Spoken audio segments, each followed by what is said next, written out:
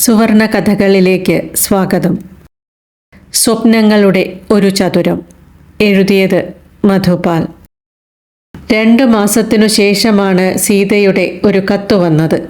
ഔപചാരികത നിറഞ്ഞ വാക്കുകളിൽ സന്തോഷത്തിൻ്റെയും പുതിയ സൗഹൃദങ്ങളുടെയും നിറങ്ങളായിരുന്നു ഏറെ. എൻ്റെ ഏകാന്തതയെക്കുറിച്ചൊന്നും അവൾ മിണ്ടിയതേയില്ല. മൗനത്തിൻ്റെ ഒരു നേർത്ത തിരശീല പതുക്കെ പതുക്കെ വന്ന് ചുണ്ടുകളെ മൂടുന്നു. മനസ്സിൻ്റെ ഇരമ്പലിൽ നിന്നും നിശബ്ദതയുടെ ഗുഹകളിലേക്ക് ഒരു ഘടികാര സൂചി നീങ്ങുന്നു. പുതിയ താമസം, പുതിയ ബന്ധം, പുതിയ ജീവിതം. അവൾക്ക് പറയുവാൻ എത്രയാണ് വാക്കുകളുള്ളത്. വരികൾക്കിടയിൽ അവസാനം അവൾ പതുക്കെ ഒന്ന് കോറി. ഏട്ടനിപ്പോൾ ഒരാൾ സഹായമില്ലാതെ ആയിട്ടുണ്ടാവും, ഇല്ലേ? അടഞ്ഞ മുറിയിൽ നേർത്ത സംഗീതം മാത്രം ബാക്കിയാവുന്നു. 70 ദിവസങ്ങൾക്ക് മുമ്പുള്ള ബഹളങ്ങൾ നിറഞ്ഞ മുറികൾ, മറയില്ലാത്ത സംഭാഷണങ്ങൾ, അനിയത്തി എന്നതിലേറെ ഒരു കൂട്ടുകാരി എന്ന അർത്ഥത്തിലേക്ക് ഉയർന്ന ബന്ധം. പണ്ടൊക്കെ കിട്ടുന്ന ഒഴിവുദിനങ്ങളുടെ സായാഹ്നത്തിൽ കൊയ്ത്തുകഴിഞ്ഞ പാടവരമ്പിലൂടെ പുഴയോരത്തെ ഏകാന്തതയിലേക്ക് നടക്കുമ്പോൾ അവൾ പറയും, ഞാൻ പോയാൽ ഏട്ടൻ ഇവിടെ തനിച്ചാവും. ഒന്ന് മിണ്ടിപ്പറയാൻ പോലും ഒരാളുണ്ടാവില്ലല്ലോ. എത്ര പെട്ടെന്നാണ് മനസ്സുകൾ മാറുന്നത്. യാത്രക്കാരൻ നടന്ന് അകലുകയാണ്. അവനു നടന്നു മറയുവാൻ ഇനി എത്ര കാതം അകലമുണ്ട്. ഗസലിൻ്റെ വരികൾ ഒരു കാറ്റുപോലെ മൂളുന്നു. നിശബ്ദതയുടെ തുരുത്തിലേക്കാവും അവസാന യാത്ര. ഒടുക്കത്തെ വിരുന്നുകാരനും വീട്ടിൽ നിന്നൊഴിഞ്ഞു പോയപ്പോൾ ചുമരിലേക്ക് പടർന്ന് ചാഞ്ഞു നിൽക്കുന്ന പൂവുകളിലും അലമാരയിൽ പൊതിഞ്ഞുവെച്ച വസ്ത്രക്കൂട്ടത്തിലും അവൾ സ്പന്ദിച്ചു. ഇനി ഈ വീട് ആശ്രയം നഷ്ടപ്പെട്ട ഒരു ഇരുണ്ട ദ്വീപ് മാത്രമാണെന്ന തോന്നൽ മനസ്സിനെ നോവിക്കുന്നു. വെളിച്ചമില്ലാത്ത ഇരുട്ടുപിടിച്ച വഴികളാണതിനു ചുറ്റിലും. വീടിപ്പോൾ മൗനത്തിൻ്റെ ഒരു കൂടാരമാണ്. വെളിച്ചം നിറയാത്ത മുറിയിൽ അമ്മ കിടക്കുന്നു. അവരുടെ തളർന്ന ശരീരത്തെ നോക്കിയിരിക്കുവാനേ എനിക്കിപ്പോഴും കഴിയുന്നുള്ളൂ. അവരുടെ ചെന്നിയിലൂടെ സദാ ഒലിച്ചിറങ്ങുന്ന കണ്ണുനീരിൻ്റെ നനവിൽ തണുത്ത ബാല്യത്തിൻ്റെ ഓർമ്മകളുണ്ട്. നിശബ്ദതയുടെ ശബ്ദാവേശത്തിൽ മനസ്സുഴറുന്നു. പുറത്തെ വെയിലിൽ നിന്നും സരസ്വതി വന്നു. അമ്മയുടെ കട്ടിലിനരികെ ഏറെ നേരം അവൾ നിന്നു. ഇടയ്ക്കൊക്കെ അവൾ വരുന്നു. അത് അമ്മയ്ക്ക് ഒരാശ്വാസമാകുന്നു. ചുറ്റുവട്ടത്തു നടക്കുന്ന എല്ലാ സംഭവങ്ങളുടെയും ഒരു തെളിഞ്ഞ ചിത്രം നൽകി അമ്മയെ കുളിപ്പിച്ചു കിടത്തി അന്നത്തെ അടുക്കള ഭരണവും നടത്തി അവൾ പോകുന്നതിനു മുൻപ് മുറിയിലേക്ക് വരും. എന്നിട്ട് പറയും, ഹരിദാസന് ഇന്നത്തെ ഭക്ഷണം ഞാൻ ഉണ്ടാക്കി വച്ചിട്ടുണ്ട്. ഇനി ഇങ്ങനെ കഷ്ടപ്പെടാതിരിക്കാൻ ഒരെണ്ണത്തിനെ വിളിച്ചോണ്ട് പോര്. അമ്മയ്ക്കും ഒരു കൂട്ടാവൂലോ. വൈദേഹിയുടെ ചിത്രമാണപ്പോൾ മനസ്സിലേക്കു കടന്നു വരിക. പണ്ട് എത്രയോ തവണ സീത തന്നെ അവളെ വിളിച്ചു കൊണ്ടുവരുവാൻ പറഞ്ഞതാണ്. പക്ഷേ നിശബ്ദതയുടെ ആഴത്തിലേക്ക് അവൾ ആണ്ടുപോയി. മനസ്സിൻ്റെ പലകകളിൽ നിന്നും വൈദേഹിയുടെ ചിത്രം ഇളക്കി മാറ്റുവാൻ എന്തോ എനിക്ക് കഴിയുന്നില്ലെന്നു മാത്രം പറയുന്നു. ഒന്നോർത്ത എല്ലാം വിധി. ഇനിയും ഇത് കരുതിയിരുന്ന ശരിയാവുമെന്ന് തോന്നുന്നുണ്ടോ ഹരിദാസന്? ഞാൻ പറഞ്ഞേ ഉള്ളൂ. സരസ്വതി പോയി. ഇനി ഇവിടെ ഞാനും അമ്മയും മാത്രം. വരണ്ട കാറ്റിലൂടെ, തിളച്ചു പൊങ്ങുന്ന വെയിലിലൂടെ പോസ്റ്റ്മാൻ പോയി. അയാൾ പോകുമ്പോൾ ഉമ്മറത്തു നിൽക്കുകയായിരുന്നു ഞാൻ. വല്ലതുമുണ്ടോ എന്ന ചോദ്യത്തിന് ഒന്നുമില്ലാട്ടോ എന്ന് വിളിച്ചു പറഞ്ഞ് അയാൾ പോയി. അക്ഷരങ്ങൾ അന്വേഷിച്ചു വരാതായിട്ട് ഇപ്പോൾ ഒരുപാട് കാലമായി. പണ്ടു വൈദേഹി എഴുതും. എന്നോട് എല്ലാ ദിവസവും കത്തെഴുതാൻ പറയും. എന്നിട്ട് ആഴ്ചയിലോ മാസത്തിലോ ഒന്ന് മാത്രം എനിക്കയക്കും. എൻ്റെ മറുപടികൾ കാണാതാകുമ്പോൾ വൈദേഹി എഴുതും. ഇനി ഞാൻ എഴുതില്ല. ഞാൻ കൂടി എഴുത്തയക്കാതിരുന്നാൽ പിന്നെ ദാസൻ ആരും എഴുത്തയക്കാനുണ്ടാവില്ല. പ്രവചനത്തിൻ്റെ സത്യം കണ്ട മനസ്സാണ് അവളുടേത്. സ്വന്തം മരണവും അവൾ അക്ഷരങ്ങളാക്കി എനിക്കയച്ചു. ഏറിയാൽ 3 ദിവസം. ഈ ആശുപത്രിയിലെ അന്തരീക്ഷം എന്നെ മടുപ്പിക്കുന്നു. ദാസൻ എന്നെ കാണണമെന്നുണ്ടാവില്ലേ? വരുന്നുണ്ടെങ്കിൽ 3 ദിവസത്തിനുള്ളിൽ വരണം. അന്ന് അമ്മ ആശുപത്രിയിലായിരുന്നു. മരിക്കുന്നതിന് മുൻപ് ഒന്ന് കാണാൻ കൂടി വന്നില്ലല്ലോ എന്ന് പറഞ്ഞ് വൈദേഹിയുടെ അമ്മ കരഞ്ഞു.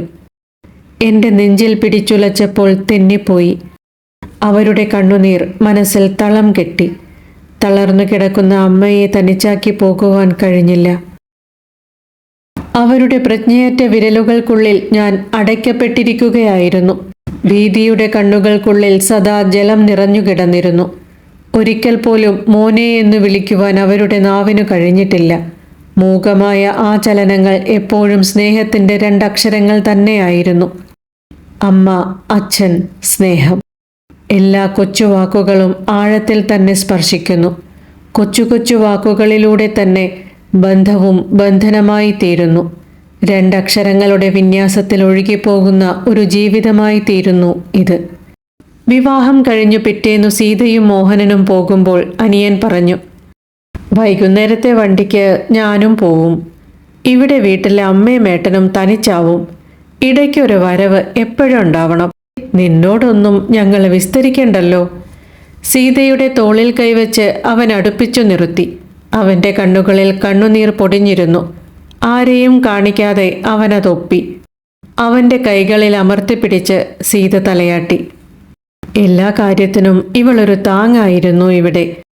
ഒരു ദിവസത്തെ താമസത്തിനിടയ്ക്ക് തന്നെ ഒരുവിധമെല്ലാം മോഹനന് മനസ്സിലായിട്ടുണ്ടാവൂലോ. മോഹനൻ സീതയുടെ അരികെ തന്നെ നിൽക്കുകയായിരുന്നു. ബാഗുകളും പെട്ടിയും കാറിലേക്ക് എടുത്തു വയ്ക്കാൻ പോകുന്നതിനു മുൻപേ സീതയും മോഹനനും അമ്മയുടെ മുറിയിലേക്ക് വന്നു. അവരുടെ കാൽക്കൽ തൊട്ടു നമസ്കരിച്ചു. ഇടയ്ക്ക് ഞാൻ വരും, അമ്മ കരയരുത്. സീതയുടെ കവിളുകൾ നനഞ്ഞു. അമ്മ പതുക്കെ തലചിരിച്ചു പുറത്തേക്ക് നോക്കി. വാതിൽ പടിക്കുമേലെ അച്ഛൻ ചിത്രമായി തൂങ്ങുന്നു. മൗനമായ പ്രാർത്ഥനയോടെ സീതയും മോഹനനും ഇറങ്ങി. 46 കിലോമീറ്ററിൻ്റെ ദൂരത്തിനിടയിൽ മറവി ഒരു അനുഗ്രഹമായി തീരുന്നു. അവനവൻ്റെ ചതുരങ്ങൾക്ക് ചുറ്റും വലിയ മതിലുകൾ പണിയുവാനുള്ള ഒരുക്കങ്ങൾക്കിടയിൽ ഓർമ്മകളെല്ലാം പഴയ കഥകളാകുന്നു. മനസ്സിൻ്റെ ഉള്ളിൽ സംഭരിച്ചു വെച്ച് പിന്നെ എപ്പോഴോ പുറത്തേക്കെടുക്കുമ്പോൾ ഒന്നുമില്ലായ്മയുടെ സമൃദ്ധി അറിയുന്നു. പുറത്തു വരാന്തയിൽ കുട്ടികൾ വന്നിരിക്കുന്നു. അവരുടെ പ്രതീക്ഷകളിലേക്ക് വെളിച്ചത്തിൻ്റെ തുണ്ടുകൾ എറിയുമ്പോൾ മാത്രം മനസ്സിലെ അസ്വസ്ഥത കുറയുന്നു. സൗഹൃദത്തിൻ്റെയും സംശയങ്ങളുടെയും മറുപടിയിലൊതുങ്ങി ഇരുട്ടു വീഴുന്നതുവരെ വരാന്ത ക്ലാസ് മുറിയാകും. പിന്നെ വെയിലാകുന്ന സന്ധ്യയുടെ നിഴലിലേക്ക് വീട് ചെല്ലുന്നു. 3 മുറിയിലെ വെളിച്ചവും വെളിച്ചമില്ലാത്ത മുറികളുമായി വീടുറങ്ങുന്നു. അനന്തൻ രാത്രി വരുന്നത് ഒരു ആൾ സഹായമാണ്. വെളുക്കുന്നതിനു മുൻപേ എഴുന്നേറ്റ് എന്നെ വിളിച്ചുണർത്തി കാപ്പി തന്നിട്ട് അവൻ പണിക്ക് പോവും.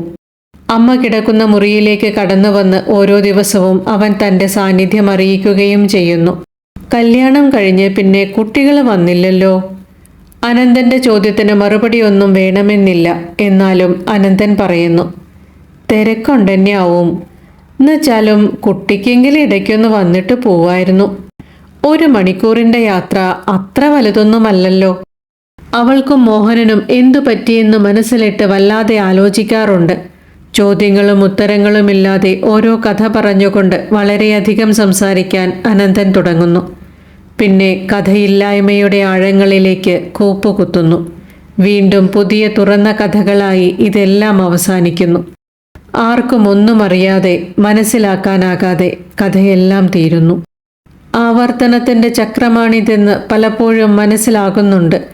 എന്നാലും എന്തോ ഇതിൻ്റെ കറക്കത്തിൽ എവിടെയോ ആശ്വാസത്തിൻ്റെ ഒരു കനലുണ്ട്. സീതയുടെ കല്യാണമുറപ്പിച്ച അന്ന് രവി വന്നിരുന്നു. 400 കിലോമീറ്ററുകൾക്കപ്പുറത്ത് കായലിൻ്റെ നഗരത്തിലെ ഒരഭയസ്ഥാനം രവിയായിരുന്നു. 3 വർഷം കണക്കുകളുടെ ലോകമായിരുന്നു അത്.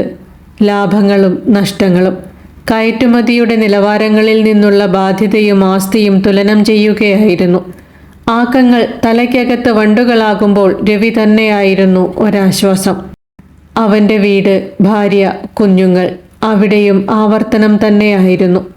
അതിനിടയിൽ ഒരു ദിവസം ക്രമം തെറ്റി. സായാഹ്ന യാത്രയിൽ അവൻ്റെ സ്കൂട്ടറിനു പിന്നിൽ എൻ്റെ ഒരു കാലു നഷ്ടപ്പെട്ടു. ഉമ്മറത്തെ ചുവരിൽ ചാരിവച്ചിരുന്ന സഹായക്കാലുകളെ നോക്കി രവി ഏറെ നേരമിരുന്നു. അവൻ്റെ ചുവന്നു തടിച്ച കണ്ണുകളിൽ കണ്ണുനീർ കൊണ്ട് തിരശീല വീണു. എന്തായാലും നിനക്കൊന്നും പറ്റിയില്ലല്ലോ. ശാന്തിയുടെയും മക്കളുടെയും പ്രാർത്ഥന. രവിയെ സമാധാനിപ്പിക്കുകയായിരുന്നു. ഇവിടെ നിനക്കെങ്ങനെ? ബഹളങ്ങൾക്കു നടുവിൽ നിന്നും അകന്നു മാറിയപ്പോൾ ഏകാന്തത തോന്നുന്നു. പോകുമ്പോൾ അവൻ പറഞ്ഞു, കല്യാണത്തിന് വരാൻ പറ്റുമെന്ന് തോന്നണില്ല. ശാന്തിയുടെ ഡെലിവറി ഡേറ്റ് അടുത്തു വരികയാണ്. എന്നാലും സകലവിധ ആശംസകളും. സീത കേട്ടുനിൽക്കുകയായിരുന്നു. വഴിയിൽ ചുടുകാറ്റും പൊടിയുമുയർന്നു. ദിവസങ്ങൾക്കു തിരക്കു കൂടുന്നു. വെയിൽ വീണ അരമതിലിൽ തളർന്ന കാലും കയറ്റിവെച്ച് ചാരിയിരുന്നു. ഓർക്കുമ്പോൾ ഇതെല്ലാം പഴയ കഥകളാണ്. മനസ്സിൻ്റെ ഉള്ളിൽ കുറേ സംഭരിച്ചു വെച്ചിട്ടുണ്ട്. പുറത്തേക്കെടുത്തു തുറന്നു നോക്കിയപ്പോൾ ഒന്നുമില്ലായ്മയുടെ കഥകളാണ് ഏറെയും. മൗനത്തിൻ്റെ തിരശീലയ്ക്കപ്പുറത്തു നിന്നും ഇറങ്ങി വരാറുള്ള അമ്മയും, പാടങ്ങൾക്കരികെ പുഴയോരത്ത് സീതയോടൊത്തുള്ള സായാഹ്നവും, ആശുപത്രിയിൽ കിടന്നെഴുതിയ വൈദേഹിയുടെ കത്തും, തിരക്കിൻ്റെ നഗരത്തിലെ രവിയുടെ വീടും, നക്ഷത്രക്കൂട്ടിൽ നിന്ന് താഴത്തേക്കിറങ്ങി വന്ന് ആശ്വസിപ്പിക്കാറുള്ള അച്ഛനും, കാരണവരുടെ മനസ്സുമായി അനിയൻ എഴുതി അയക്കുന്ന നീണ്ട കടലാസുപായകളും, അവയിലെ അക്ഷമയും. അറിയാതെ പോകുന്നതൊന്നു മാത്രമാണ് ഈ ജീവിതം ഇനി എന്തിനിങ്ങനെ വലിച്ചു നീട്ടുന്നുവെന്ന്. സ്വപ്നങ്ങളുടെ നിറത്തിൽ കറുപ്പ് മാത്രമാണിപ്പോൾ. ഇരുട്ടും അറിയാത്ത പഥങ്ങളും നിറഞ്ഞ ഉറക്കത്തിൻ്റെ ഒരു തണുത്ത രാത്രി കൂടി. ഒരു ദിവസം ഉച്ചയ്ക്ക് അനിയൻ വന്നു. നല്ലതുപോലെ മഴയുള്ള ഒരു ദിവസമായിരുന്നു അത്. പനി പിടിച്ച മനസ്സുമായി ഇരിക്കുകയായിരുന്നു ഞാൻ. ഏകാന്ത ജീവിതം എന്നെ വല്ലാതെ തളർത്തുവാൻ തുടങ്ങിയിരിക്കുന്നു. അരക്ഷിതത്വബോധം നേർത്ത നൂലുകൊണ്ട് എനിക്കു ചുറ്റും വല നെയ്യുക തന്നെയായിരുന്നു. അവനൊന്നും മിണ്ടാതെ കുളിച്ചുറങ്ങുവാൻ കിടന്നു. കുട്ടികൾ വരാത്ത ഒരു ഞായറാഴ്ച സന്ധ്യയിലേക്ക് അനിയൻ എഴുന്നേറ്റു വന്നു. ഉമ്മറത്തു ചാരുകസേരയിൽ കിടന്ന് മഴമേഘങ്ങൾ മൂടിയ ആകാശവും മഴയും കാണുകയായിരുന്നു ഞാൻ. അനന്തനും സരസ്വതിയുമൊക്കെ വരവ് അവസാനിപ്പിച്ചതുപോലെ എനിക്ക് തോന്നിയിരുന്നു. ഓരോരുത്തരും അവരവരുടേതായ സമയം കണ്ടെത്തുകയാവണം എന്നു ഞാൻ സമാധാനിച്ചു. ഏട്ടന് വല്ലാതെയായിട്ടുണ്ടാവും ഇവിടെ, അല്ലേ? ഇതൊരു വിശേഷം ചോദിക്കലല്ല, മറിച്ച് എന്തിൻ്റെയോ മുഖവുരയാണെന്ന് അറിയുവാൻ എനിക്കധികം ആലോചിക്കേണ്ടി വന്നില്ല. അനിയൻ്റെ ജീവിതശൈലിയിൽ നിന്നും ഞാനത് മനസ്സിലാക്കിയിരുന്നു. നാമൊക്കെ എല്ലാ കാര്യങ്ങൾക്കും ഒരാമുഖമിടുവാൻ തുടങ്ങിയിരിക്കുന്നു എന്ന് പറയുവാനാണ് തോന്നിയത്. എല്ലാം അടക്കി വയ്ക്കുന്ന ഒരു സ്വഭാവമായി തീർന്നിരിക്കുന്നു എൻ്റേത്. അതുകൊണ്ട് തന്നെ ഒരു ചിരി കൊണ്ട് ഞാൻ അവൻ്റെ ചോദ്യമമർത്തി. മൗനത്തിൻ്റെ ഇരുണ്ട ഗുഹകളിലൂടെയായിരുന്നു പിന്നീട് സമയമിഴഞ്ഞത്. മഴ നന്നായി പെയ്തുകൊണ്ടേയിരുന്നു. കാറ്റും. ഇരുട്ടിലൂടെ നക്ഷത്രങ്ങൾ മിന്നിപ്പറന്നു. മഴപ്പാറ്റകൾ വരാന്തയിലെ ചുമരുകളിൽ തട്ടി താഴെ വീണു നിറഞ്ഞു. ഇനി താമസിപ്പിക്കാൻ എനിക്ക് തോന്നുന്നില്ല. അതങ്ങട് നടത്താൻ വിചാരിച്ചു. ഏട്ടന് മനസ്സിലാവുന്നുണ്ടല്ലോ. ചടങ്ങായിട്ടൊന്നും വേണ്ട. ഇപ്പോൾ രണ്ടാൾക്കും ഒരിക്കൽ തന്നെയാ പണി. വെറുതെ ലോഡ്ജ് വാടകയും കൊടുത്ത് താമസിക്കണതിലും ഭേദം ഒന്നിച്ചാവണത് തന്നെയാ. ഏട്ടനോടും അമ്മയോടും പറയണം, അനുഗ്രഹം വാങ്ങണം. എൻ്റെ പ്രശ്നങ്ങൾ ഏട്ടൻ അറിയണ്ടാവൂലോ. ഒറ്റ ശ്വാസമായിരുന്നു അത്, ഒരിടിമിന്നൽ പോലെ. അവൻ്റെ കണക്കുകൂട്ടലുകളിലേക്ക് എത്തി നോക്കുവാൻ ഒരിക്കലും മെനക്കെട്ടിരുന്നില്ല. വീണ്ടും ഓരോരുത്തരും അവരവരുടെ ചതുരങ്ങൾ പണിയുന്നു. ഓരോ ചതുരങ്ങൾക്കുള്ളിൽ നിന്നും ഇനി വല്ലപ്പോഴും അന്വേഷണങ്ങളുടെ ചിത്രങ്ങളെത്തും. പിന്നെ പിന്നെ അവ അവ്യക്തമാവും. ഒടുവിൽ അവയ്ക്കുമീതെ പഴമയുടെ ഒരു മറ വന്നു മൂടും. പിന്നെ ഒരിക്കൽ ഓർമ്മയുടെ ഒഴിവുകളിലേക്ക് അവ മാഞ്ഞു പോകും. അവസാനം വീടു തനിച്ചാവും. അവിടെയെല്ലാം പഴയതുപോലെ വെളിച്ചം നിറയാത്ത മുറികളും ഇരുട്ടും അമ്മയും ഞാനും. കണ്ണുനീരിൻ്റെ നനവോടെ അമ്മയുടെ സമ്മതവും വാങ്ങി അനിയൻ പടിയിറങ്ങി. തീയതി ഞാൻ അറിയിക്കാം. ഏട്ടൻ എത്താൻ പറ്റില്ല എന്നറിയാം. അത് കഴിഞ്ഞിട്ട് ഞങ്ങൾ ഇങ്ങോട്ട് വരാം. വരട്ടെ? അങ്ങനെ ആവട്ടെ. എല്ലാം നന്നായി കണ്ടാൽ മതി. ദാസൻ ഇപ്പോൾ അസൂയ തോന്നുന്നുണ്ടോ? എനിക്ക് മനസ്സിലാവുന്നുണ്ട്. സാരല്ലെന്നേ, അവർ നന്നായി ജീവിച്ചോളും. നമുക്ക് പറ്റാതെ പോയത് അവർക്കെങ്കിലും കഴിയുന്നു കരുതി സമാധാനിക്കുക. ദാസനെ ഇങ്ങനെ ഒറ്റയ്ക്ക് കാണുമ്പോൾ എനിക്കും വേദന തോന്നുന്നുണ്ട്. എന്നാലും ഒപ്പം ഞാനും ഇല്ലേ? ഉണ്ട്, ഒപ്പം തന്നെ ഞാനുണ്ട്. എങ്ങോട്ടും വിട്ടുപോകാതെ കൂടെ തന്നെ. വാതിലുകൾ അടയുന്നു. ഈ മുറിയിൽ ഇപ്പോൾ ഞാൻ മാത്രമല്ല. വെളിച്ചത്തിൻ്റെ ഒരു തിരി മുറി നിറയുന്നു. ഒത്തുകൂടിയ അനേകം മുറികളിലെ പ്രകാശമാണത്. നിറഞ്ഞ മിഴികളും വിറയ്ക്കുന്ന വിരലുകളും. ഒപ്പം തന്നെ ഞാനുണ്ട്, എങ്ങോട്ടും വിട്ടുപോകാതെ കൂടെ തന്നെ. രാത്രികളും പകലുകളും കാലത്തിൻ്റെ ഭേദങ്ങളും ആരുമറിയാതെ കടന്നുപോയി. മുന്നിൽ നിറഞ്ഞ ചതുരക്കളങ്ങളിലെ നിഴലുകൾ പിന്നെ ഒരിക്കലും കാണാനായില്ല. ഓരോ ചതുരങ്ങൾക്കു ചുറ്റും പണിതുയർന്ന മതിലുകൾക്കരികിലൂടെ മനസ്സുകൊണ്ട് മാത്രം നടക്കുവാൻ കഴിഞ്ഞു. ഒരു മുറിയിലെ വെളിച്ചം കൂടി അണഞ്ഞു. നിറഞ്ഞ നിശബ്ദതയിലേക്ക് കുഞ്ഞുങ്ങളുടെ കലമ്പലുകൾ മാത്രം കടന്നുവന്നു. അവയില്ലാത്ത ഏകാന്തതയിലേക്ക് പിന്നെ വൈദേഹി വന്നു. ഇപ്പോൾ വീട്ടിൽ ഞാനും വൈദേഹിയും വെളിച്ചമില്ലാത്ത മുറികളും മാത്രം. ഇതു ഞങ്ങളുടെ ലോകമാണ്. മറ്റൊരു കഥയുമായി വീണ്ടും കാണാം. പ്രതീക്ഷയോടെ. നന്ദി.